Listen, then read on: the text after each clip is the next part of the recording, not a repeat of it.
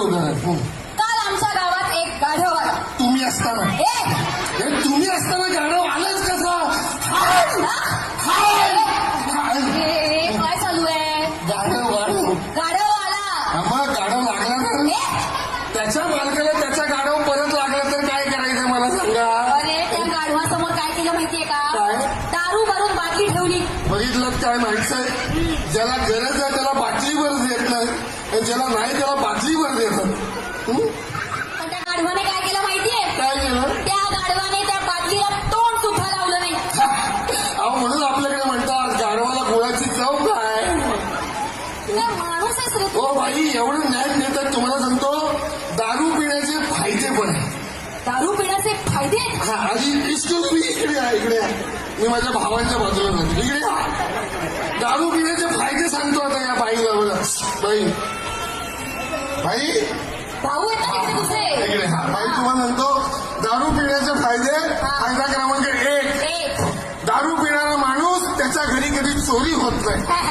काही फेकतोय, चोरी होते. नाही, कशी काय? कशी नाही होत? अरे ते येणं घरात काही ठेवतच नाही तर चोरी कुठून होणार आहे. फायदा क्रमांक 2, दारू पिणारा माणूस कधी म्हातारा होत नाही. कसा काय?